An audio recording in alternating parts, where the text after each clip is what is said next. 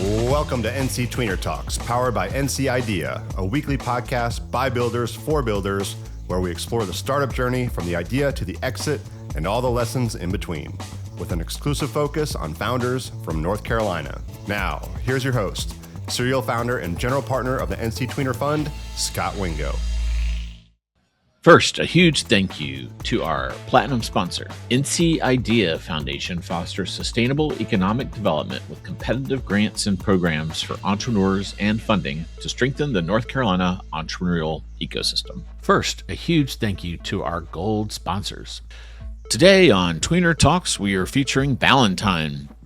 Business, balance sheet, family. We connect every part of your financial world so you can think bigger, live freer, and give smarter. We'd also like to recognize our silver sponsors. Today, we are featuring Bank of America. Bank of America's transformative tech group provides the stability and scalability that tech companies need to rapidly grow today and into the future. Thank you again to all of our sponsors for supporting the North Carolina Tweener Talks and the entire Tweener community. It takes an ecosystem to build a thriving community, and sponsors like these are invaluable.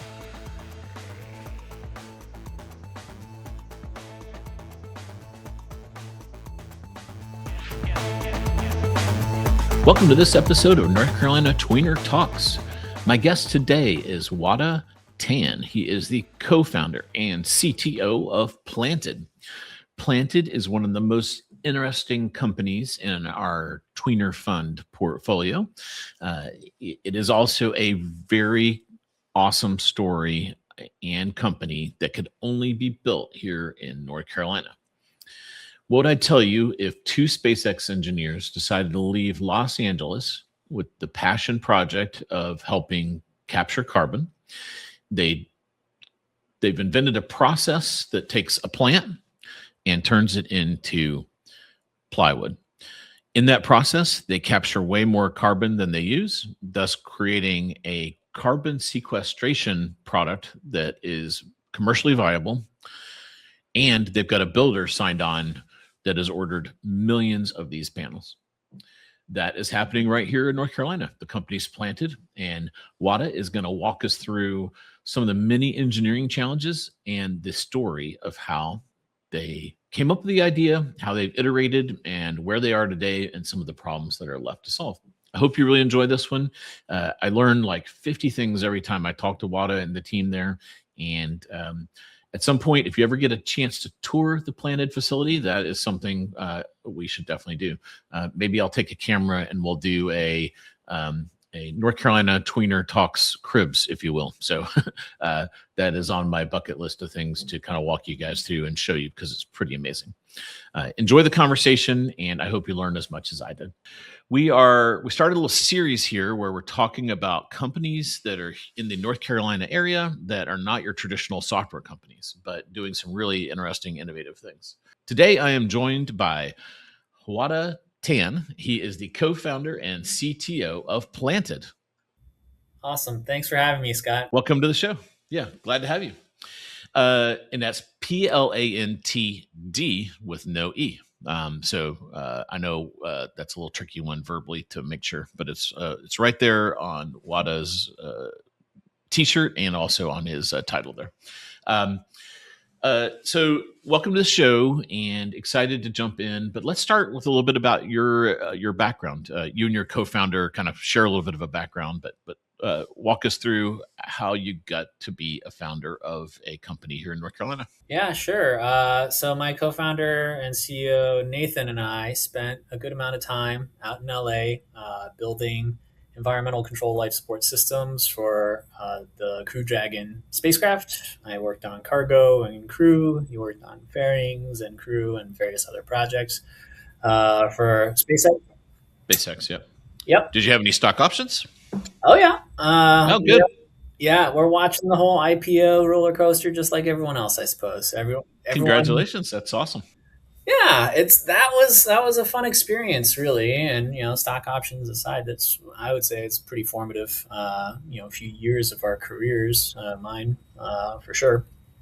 And moved to North Carolina in 2019 and started exploring, the networks around here, seeing what's available, seeing what's being done. And in about 2021, we formally created Plantd as it exists today as a materials company to really look into how things are made. And I think that's the really exciting thing that has stuck around, looking at how things are made, what is worth making. And North Carolina has been a pretty big part of that. Yeah. And then let's go back even further. What did you study in school? Mechanical engineering. Okay. And then your co-founder did as well? Aerospace, actually. Yeah. Aerospace. Okay. Got it. But engineering is engineering at the end of the day. We're just solving problems. And here we get to solve problems that we've never experienced before. It's just applying the same principles to a different industry, different kind of sciences and things like that. Oh, and then, so you went to, if I recall, Notre Dame. Is that right?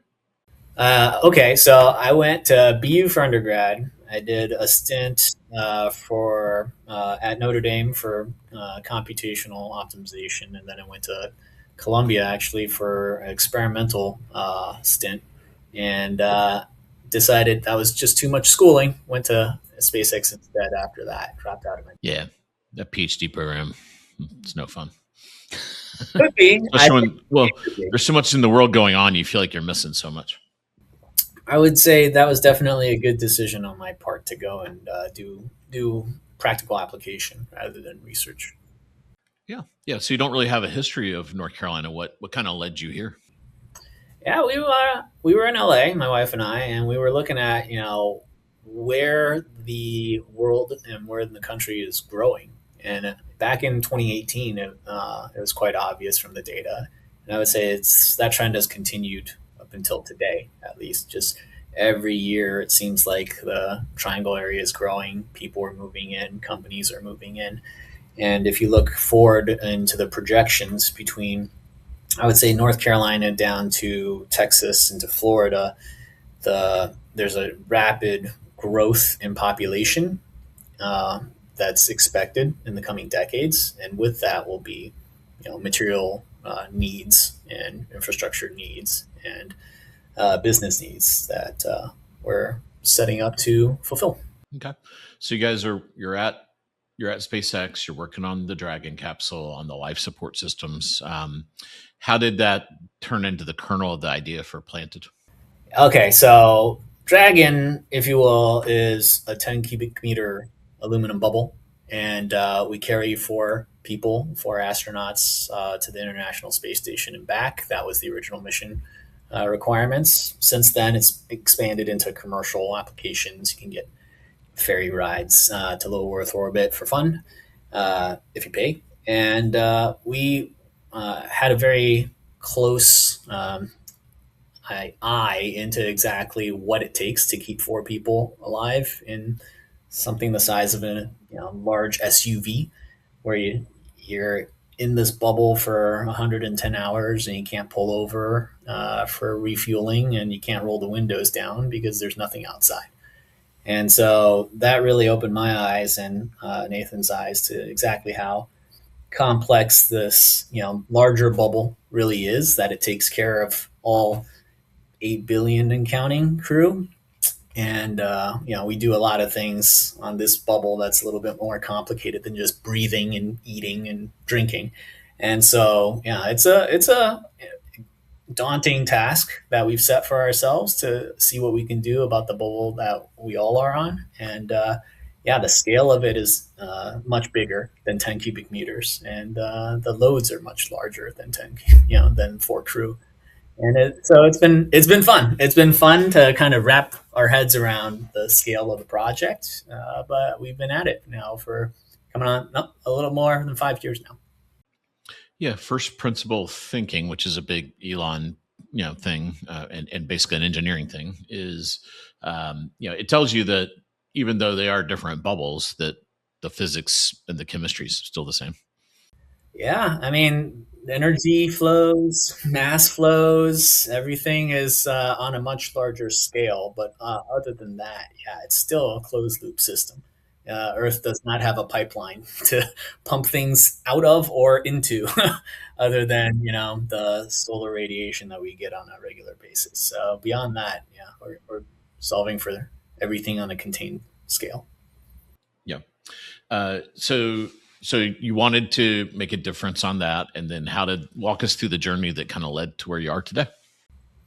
Yeah, so when we started, we were really asking the question of, if you were to start a business based off of carbon or excess CO2 and turn it into something, what could you turn it into? So the question being, what does a business model even look like, where you can take something that's effectively free, or in certain cases, some people pay you some amount to take it out of the atmosphere and turn it into something.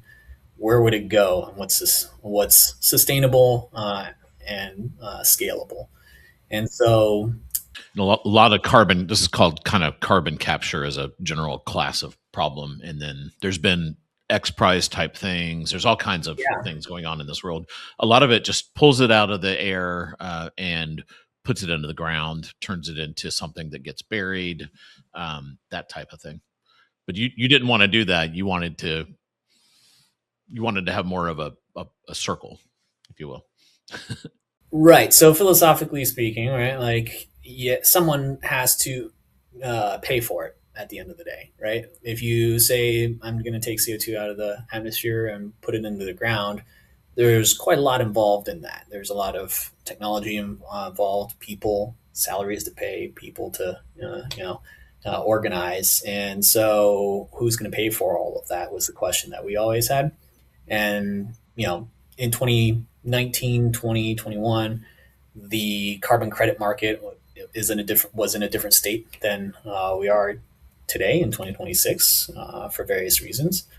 But at the end of the day, we just didn't see that as a scalable option because, principles of engineering, you have to create value for someone. There has to be a customer.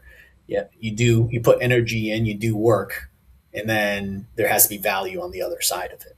And so we looked at the market for carbon credits as too small at the time to really scale up. And we picked a different path. We picked a path of a market that has proven, demand and customer, true value add at the end of the day, beyond, I've taken this tonnage of CO2 out and buried it. And so that's what's led us to today with the customers and the partners, I should say, that we have, and the market that we're in currently, and the other markets that we're looking into the future. And so the fundamental thesis for Plantd has always been, find people that are motivated and interested in it, but at the end of the day, you're creating value for them, right? You're creating value for the customers that are paying you for a product that originally was in the air.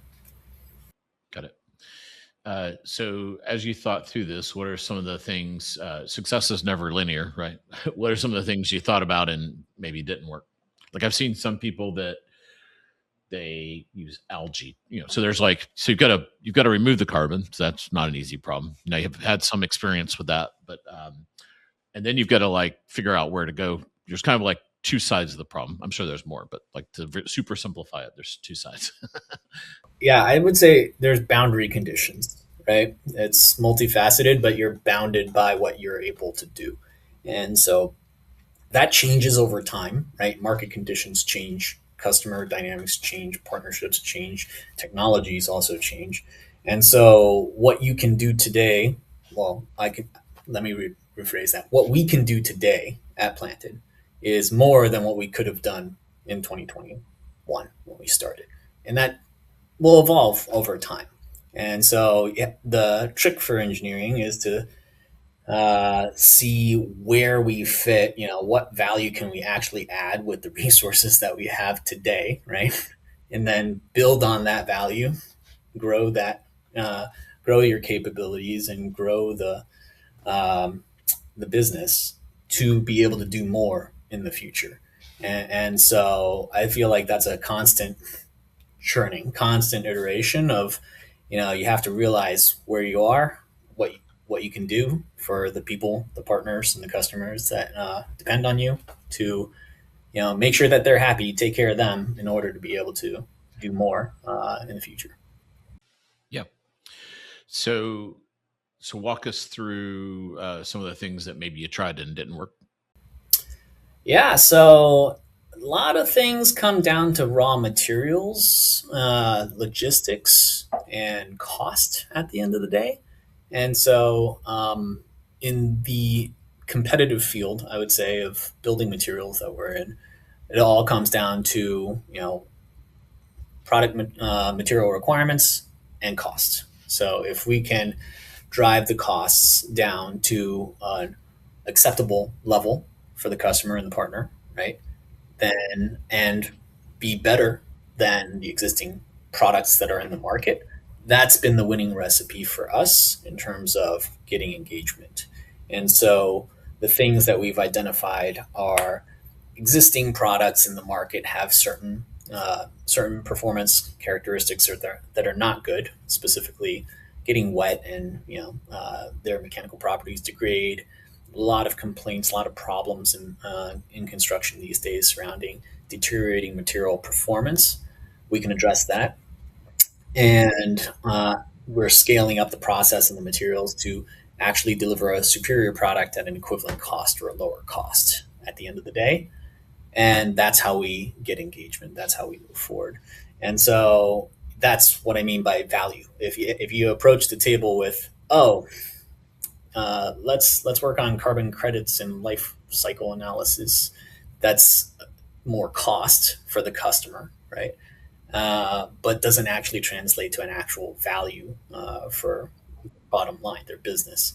And so what we try to do is say, okay, we'll take care of those things, but at the end of the day, here's a better product that you can pay for, and it's cost comparison, cost comparable, and actually creates a better product for your customers, right?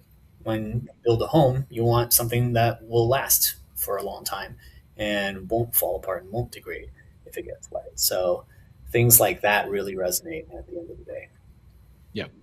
Yeah. So to kind of like to simplify it for folks, you guys have a plant, and that plant pulls CO2 out of the atmosphere.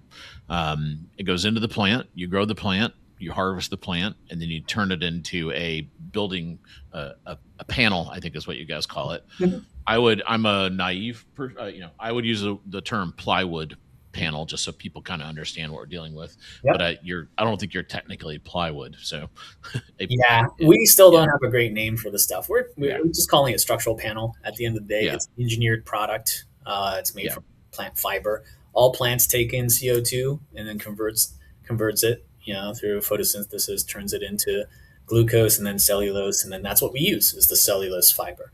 And so we've through being in North Carolina, being involved in the agricultural economy here in North Carolina, identified the plant fibers that work really well for this process and can scale for what we are doing now, and will eventually scale to the point where it is going to be the dominant fiber that can take us into the future. I think this whole process, right? We're looking at a time scale of decades to really enact. But that's how most industries, most hardware industries, if you look at it, takes a long time, takes effort and sustained, you know, uh, pursuit to make these kinds of things happen. Yeah. Yeah. So let's start at the plant. How did you guys find the right plant that has the right features and elements that you're looking for? Yeah, so the plant fiber needs to be strong enough to actually be certifiable for construction in the U.S. Since it is holding up a house, you actually need to make it pass, mechanical tests. We found through our partnership test labs in other parts of the country that will third party certify our product. And before that, we had experimented with, on the subscale level, a ton of different fibers. We experimented with industrial hemp. We experimented with wheat straw, barley straw, like agricultural waste. There's various different elements and blends and things like that that you can make into a product at the end of the day that will pass certification, but to make it pass certification and make it strong enough at a reasonable cost is a big element to it. So various companies have looked into things with industrial hemp, with bamboo, with rice straw and wheat or bagasse. But you have to find, it's an again engineering optimization to find the fibers with the right mechanical properties that you can process with the equipment that isn't isn't going to wear your equipment out too quickly. And that can turn into a product that still holds together. And so yeah, that's what we did for the first year and a half or so, just making things on subscale, testing it, experimenting with technologies for tearing fibers apart and putting it back together. Yeah. And then what plant did you land on? Is it like your own invention, or does it have a name or something?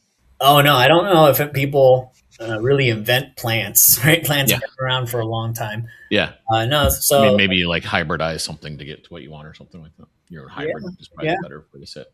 perhaps, yeah. So we are, I would say, commercializing the planting and the agricultural side of this plant, but it's been around for a very long time. It's a perennial grass that was looked into early days for cellulosic biofuels, in early 2000s and Green Tech 1.0. Thought process back then was just make it into fuel, and we've done that with corn ethanol, things like that. But cellulosic biofuels was very energy intensive, very complicated to make, and so it never took off for that purpose. But cellulose is a great product for making panels and making structural panels, and so we get to streamline that process. It's less complicated.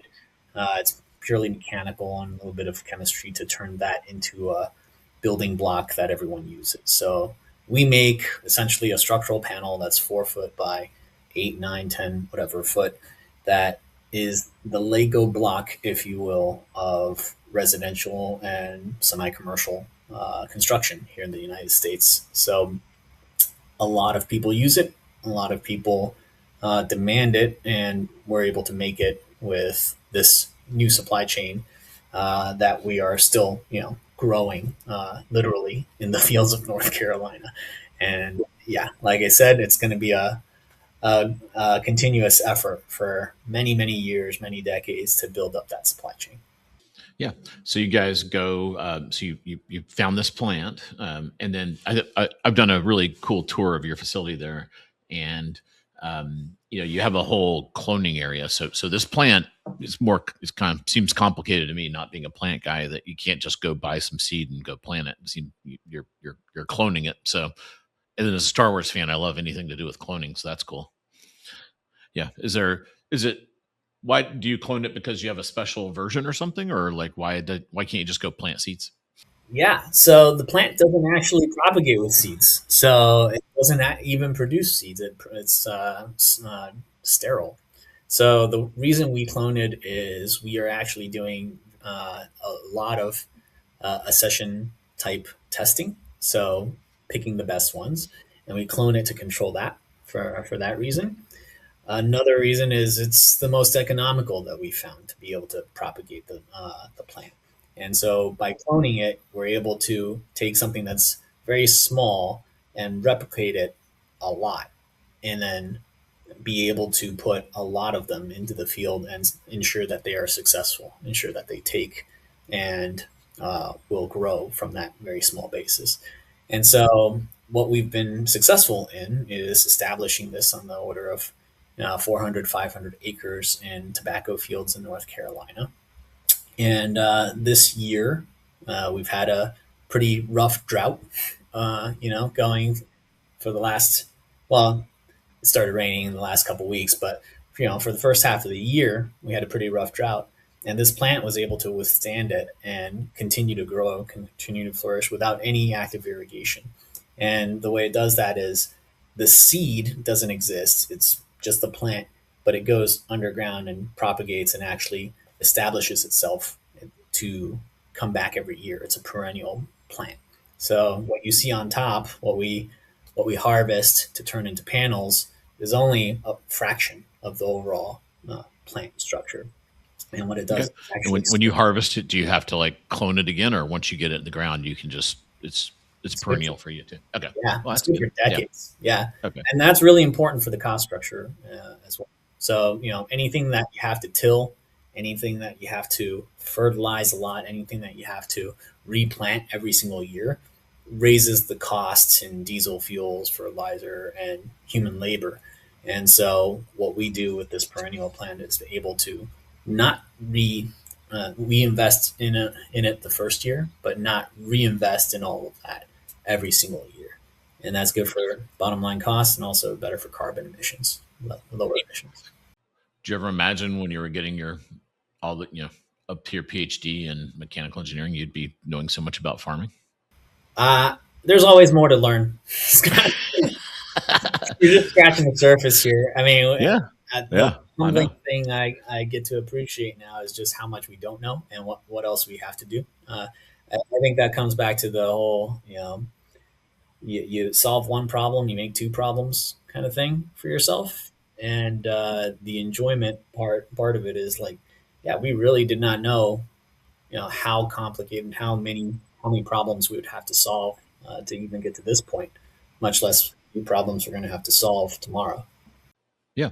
So that's kind of the first half of the equation. So now you plant this plant. How long does it take before is it like one season before you harvest it, or is it multi seasons? We're collecting that data now, but the first fields that we have are now 3, 4 years old, and we're actively harvesting those on a rotation cycle. And we are constantly establishing more. So we're collecting pretty good data now on yields, seasonal yields. Of course, things like droughts affect that. But we've had plenty of people visit the farms. We've had North Carolina Farmers Association and Department of Ag go and see the fields now. A lot of great engagement there, especially when you're dealing with rough climate, of which I personally believe we will see more and more of in the future. And so finding a way to effectively capture carbon throughout whatever nature is going to throw at us, the environment's going to throw at us in the coming decades, will be more and more important, uh, as the years tick on and the weather events tick on. Yeah. So you harvest it. So you go out there and you cut it, and now you have these giant these stalks of grass, right? I've seen you put them in these giant kind of sacks, and then you have to uh, dry them and then put them through a machine to turn them into the panels. Walk us through that process. Yeah, we have a machine we call a strander that takes the what we call billets. So in the field, there is now we have a mechanized harvester that takes the leaves off, cuts it to a certain length specified, puts it into a trailer, brings it to our facility here in Oxford. In Oxford, right now we're still dealing with super sacks. In the future, we will solve that problem, get away from the super sacks, and find a more efficient storage mechanism or storage container for it. And then it goes into the strander. The strander tears the plant apart into fiber, long fiber. That's a pretty important part in terms of the end result of the product that you're making. So we control the aspect ratios of length with thickness of all the products that come in. Moisture content is important. Then we dry it to a specified moisture content, remove all the things that don't line up into our specification for a strand. And then that is the precursor, if you will. A dried strand is the precursor to whatever you're going to make. And then we blend that thing on a very large basis now. We're dealing with thousands of kilos, of production rate. And so metric tons of product going through the machine gets blended with a small percentage of resin. It's commercial resin, PMDI, on the order of 4, 5, 6%. And then that gets fed through a machine that we built, which orients the fibers, presses it, holds it for a certain length of time under pressure and temperature to cure it into a finished product. And then we slice and dice. Overall, not that complicated compared to, maybe making bagels or something. It's like a large continuous panini press, if you will. And yeah, within a few hours, you go from raw material to panels, finished product. Yeah. So physically, it's a very big machine. It's quite long. The one I saw, I'm sure you're on. I'm sure It was. I think it was 2 years ago, so it's probably several generations old. I know you're constantly. Constantly iterating. Yeah, we're a few generations further now on what we call the front end system. So dryers, stranders, things like that. Then we're scaling up for the next round. Next year, we're building the next press. So the press has been optimized. So the version that you saw 2 years ago had very little controls, feedback, and it was pretty much just a demonstrator of whether or not panels come out. Now we are making panels on a regular basis, and we are able to collect a whole lot more data and control the process way better. Yeah. How long is just give people an idea, like how long is so it was kind of maybe 12 feet tall when I saw it, and like how long is it? The width of the system is like the little conveyor belt that goes through. Well, the press itself is on the order of 15 feet wide and 70 feet long. That's the smallest that we can make. The next one will probably be over 100 feet, and that hits a certain rate of at full lights out, it would be 250,000 panels a year coming off that machine. And I would say this is the first machine of its kind built by a U.S. company outside of just two companies in the world that makes this stuff. And yeah, getting it running consistently has taught us many, many lessons in the hardware development space. And I'm very happy to be where we are today with having learned from that machine to inform us what we are going to do in the future machines. Yeah, the good thing about hardware as a software guy that I admire is it's very hard for someone to just look at what you're doing and copy it, right? Because embedded in that machine is thousands of hours of linear failures and attempts and learnings that are not knowable by looking at the machine. Yeah, Yes. it's hard to rebuild that. I mean, you guys could because you have all that knowledge in your head, and but it creates a moat that is unlike anything we tend to have in the software world. Yeah, it's kind of wild. Like I said, we're the first ones to build one of these in, outside of two German multinational conglomerates. And I don't think a US company has attempted to even build one of these since probably the 60s or the 70s. Everyone just buys from these guys. And the common knowledge in the industry for operators and, building materials is, yeah, you can't build one. It's not possible. So we're proving that a little bit differently, or proving that out to be not the case. And when you control the process and you control the machine itself, you do develop what you would call a moat of, now it's very difficult to say, just go ahead and do this somewhere else and, copy that. Yeah. Is the harvester your own design, or is that just a commercially available harvester? Yeah, we work with tobacco harvesting equipment that has been modified. So everything you learn from, you have to change, you have to move around, and not. I mean, nothing's easy in hardware. So that's one of the benefits of it. Is if it was easy, someone else probably would have done it by now. And yeah, what that drives is a whole lot of effort needed for your team to overcome those challenges. Yeah. So you had to find the plant, which took a lot of iteration. You found the plant. Now you have a cloning process. I'm sure you're constantly, I've seen the cloning process. I'm sure there's tons of proprietary things going on there I can't even begin to understand. You've got a harvester you've had to modify it to kind of optimize for what you're doing. You've got a strander. There's this super sack thing you want to innovate there and do something different. You've got a dryer and a press. And I'm sure like the mix is another thing that you're constantly The rest. thinking about. Yeah, the Mhm. recipe is super proprietary and something that you're always kind of working through.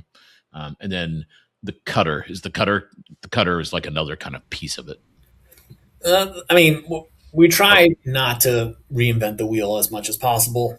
Yeah, Just contain and focus on what we have to solve for. So the things that we have to solve for definitely are the press, the the fiber source, the processes required to get to the finished product.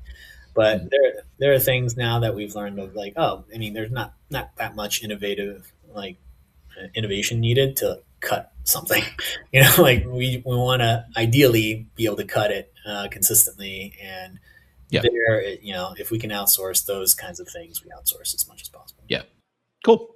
So that's a lot, but in 5 years, you've got it to where you're producing panels on a pretty regular basis. I'm sure you're not at 5 nines and that kind of thing, but you can see a path to you've got a working solution and you're into the optimization scale.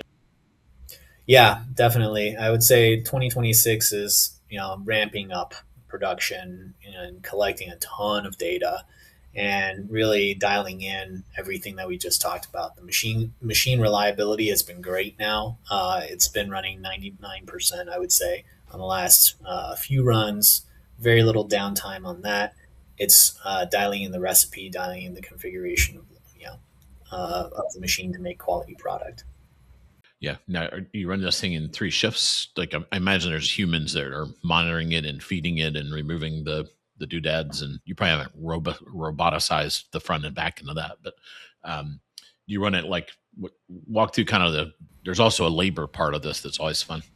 Yeah, fun times. Absolutely. Now people enter the equation and they introduce chaos. Well, people are great. People are great at solving problems and creating problems. Yes. So you need both, I think. And so at the end of the day, we have 2 shifts running front end, and then we turn the back end on as the material throttle, builds up. So really, right now, the machine on can run much faster than the raw material can supply, and so we're ramping that up. I would say the 5-step process of engineering that Nathan and I learned at SpaceX is 1, make the requirements less dumb. 2, delete the part if you can. 3, make a better part if you can't. 4, increase operation attack time. And 5, automate. We're in 4 and 5 now on the machines. So we spent the first few years getting through to even having a machine that we can, optimize. And now we are in optimizing, increasing tack times. Labor's a big part of that.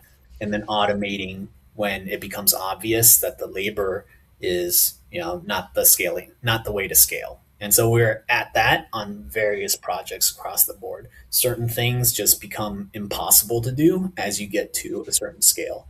But it's important not to try to automate that before you get to that point.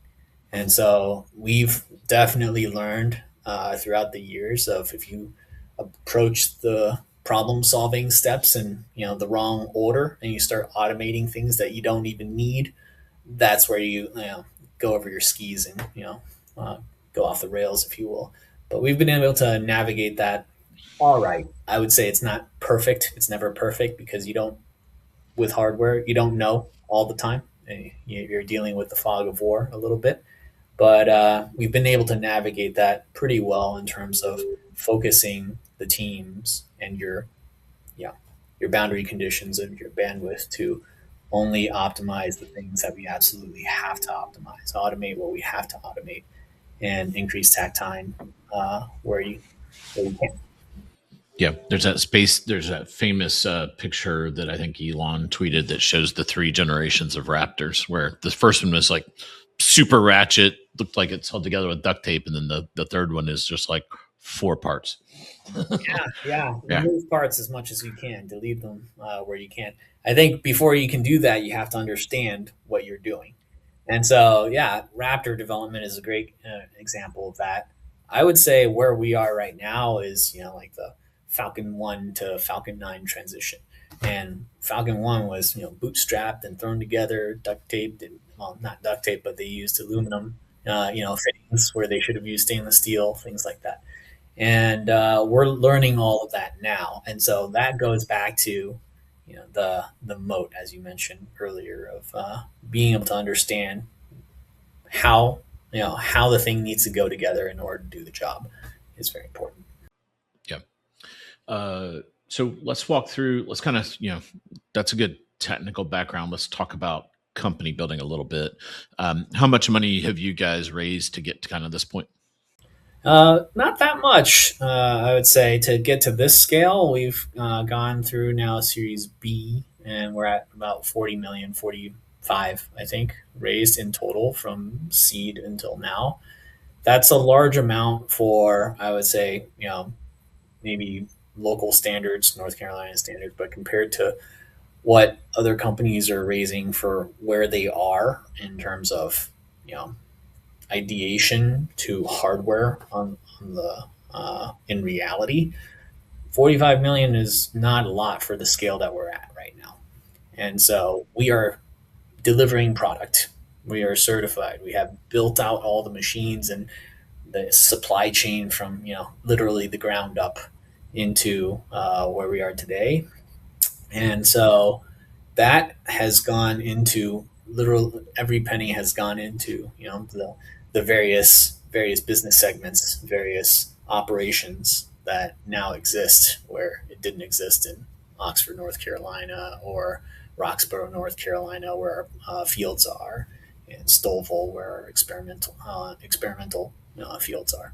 And so all of that has taken quite a bit to get to this point. And now that we've proven, with every startup, it's proving out that all these pieces, when they exist, can do something. We're at that inflection point, I would say, of now we can turn the crank. Mhm. And then another big milestone for you guys pretty early on was you got a national builder to kind of sign on to the program. Talk a little bit about that. A lot of what we learned, I would say, is due to the partnership with DR Horton. They've educated us a lot on the problems and have introduced us problems of the industry, I would say, and introduced us to various partners who are very close now with to understand how to solve for those problems and where the value really lies. And so I would say the only thing, the only thing that we got right, perhaps in the early days, is there are problems in this industry. We did not fully appreciate the extent of them, the issues that are involved in the supply chain, the infrastructure, the technologies. But what we did get right is, people need help in this industry, and that's why we exist, is to come in and solve problems for them. And long term, I would say the writing's on the wall based on the data that we've collected in the last 5 years of the problems will persist in this industry. The problems of supply chain stability, the problems of logistics, the problems of sourcing fiber is going to be, you know, worse in the next 10 years to 20 years, carried forward because there's, not a whole lot of effort being applied to actually solve it. And so Elon would always say technology doesn't evolve and get better on its own. It only can evolve and improve if a significant amount of effort is applied to it. And I would say Nathan and I both appreciate that now, but we see this industry as, where aerospace perhaps was in the early 2000s, where, things had been in decline for decades. We went to the moon and stopped there, kind of went circuitously around some other things and started buying engines from Russia and, cost plus contracting to, the big aerospace suppliers for decades. And technology did not evolve, did not improve. It's even worse. It went backwards. Yeah, we lost our knowledge. We forgot about it. Yeah. We managed to pay more for the shuttle program and do less than Apollo, right? And so that's very reminiscent with what we see now. And, a lot of that comes from just not a lot of energy and effort being put into it. And that's an unquantifiable thing besides dollars, right? Like throwing dollars at a thing or throwing capital at a thing doesn't necessarily solve a problem. Sometimes it could even invent new problems. It really takes a concerted effort with a dedicated team, some amount of engineering and foresight to solve these kinds of things. And hopefully, we'll be around in the next 10, 20 years to do that. And hopefully that will inspire and generate more interest in this industry. And then at the end of the day, we all get to benefit from uh, sucking some CO2 out and hopefully building more affordable housing, amongst other things that we're looking forward to. Yeah, and then in 2024, this is a public press release. You guys announced a relationship with DR Horton where they'd buy 10 million panels. That sounds like a lot, and they can build 90,000 homes with those. So, and that also sequestered 165,000 metric tons of CO2.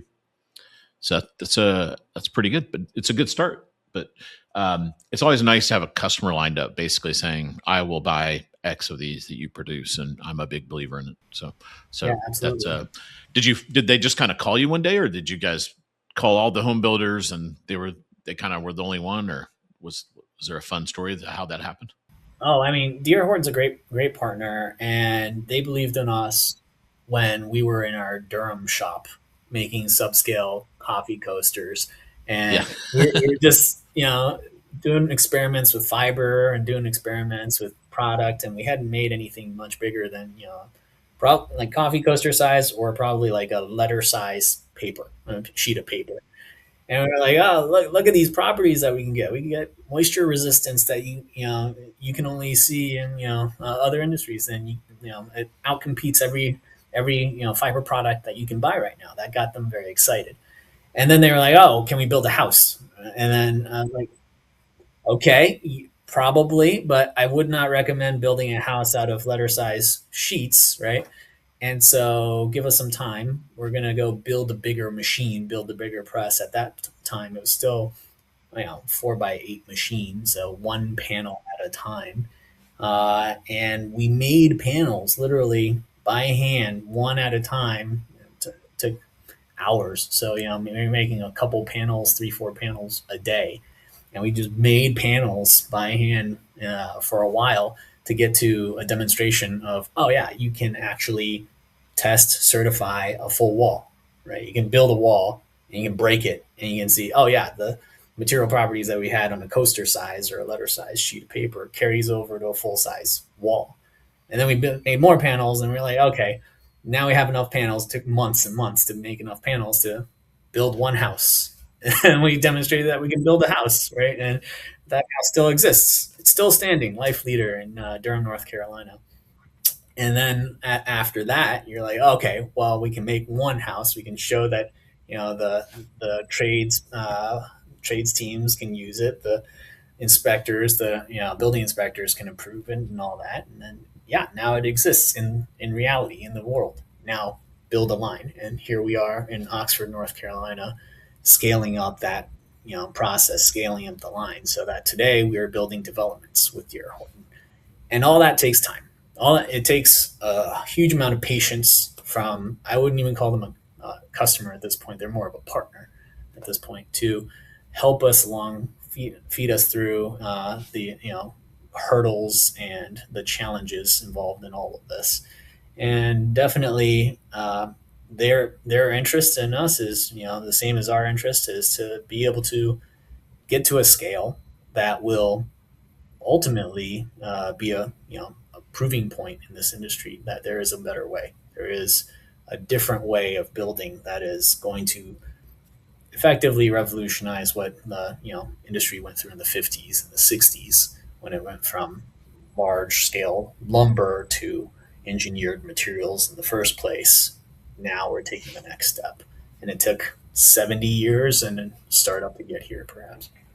yeah, yeah. But in 5 years, you've made incredible progress. I know it didn't feel like it linearly inside of there, but congratulations on all the progress today. The we always like to talk about why North Carolina, and it seems like, all right, it seems like it'd be very hard to do what you're doing in LA, for example. Like, you're going to need a factory, you're going to need farmland, both of which are prohibitively expensive anywhere in the, certainly the Bay Area or the LA area where you're from. And then you need access to talent. So talk a little bit about those things and how North Carolina has been helpful there. Yeah, so I'm speaking to you from Oxford, North Carolina, an old cigarette factory, right? A lot of tobacco infrastructure exists in North Carolina, and the operating cost in an old cigarette factory is much lower, let's say, than in a brand new facility in LA. And so, we can make more out of every dollar of investment into Plantd by not having to pay, for the upfront costs there. The local agricultural base has been very warm to us and has really helped us from the very beginning, also with partnerships with local farmers, also tobacco farmers, to establish the grass. That's been essential. Our agricultural team is all local. Everyone is from NC State or the local areas. That there's a lot of knowledge there that we were able to bring in and help us develop that arm. And then on top of that, a lot of our engineering comes from NC State, comes from Duke, and from now we're pulling in engineers from other places, Purdue and Texas, to name a couple, to help fill in that core team. Our technicians are all local from the Oxford area, and I would say all this was only possible now, hindsight, having started in North Carolina. In LA, you have various other benefits of aerospace talent and things like that, but then you're penalized on the cost, and so you'd have to raise a lot more money, right? And you're competing with other startups that have raised a lot more money, and that doesn't solve the unit cost of the product, though. No, yeah. So that's baked in. Yeah, that gets kind of baked in. Yeah. Awesome. And then closing question: What do you see for the future? So it sounds like you're scaling up your panels. Do you just keep building panels and just are you myopically focused on that, or do you start to take this product and concept into other verticals or solution sets? Yeah, first thing is to satisfy our customers, right? So panels is focus for now and for into the future. But on top of panels, we can make various other products. So other verticals include industries like furniture. Other verticals include industries like biochar, perhaps. We're evaluating all those at different scales. And so when I said, in the early days, we could only really, the boundary conditions of, how big we were, how much capacity we have, we can only evaluate the panel thing at first. But going forward, we have various other things in the works that I can't really speak to just yet, but it'll be exciting when we get into other industries besides just residential housing.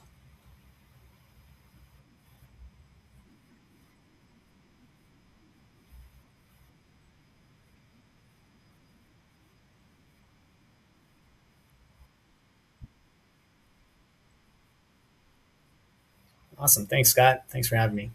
If people want to learn more about Plantd, just go to plantd.com. And then also you and your co-founders are always very active on LinkedIn, I've noticed. Are any other places we should go? The website's plantedmaterials.com, Plantd materials.com. Yep. And yeah, that's it. Look for Nathan's updates. All right. Thanks, Huade.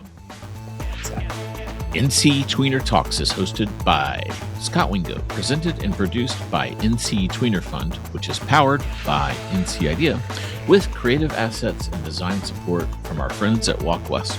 That's it for today's episode. A big thank you to our guests, sponsors, and the team that makes this podcast possible. If you enjoyed this episode, don't forget to subscribe, leave a review, and share it with someone who loves the startup stories coming out of North Carolina Tweener Talks and the entire Tweener community.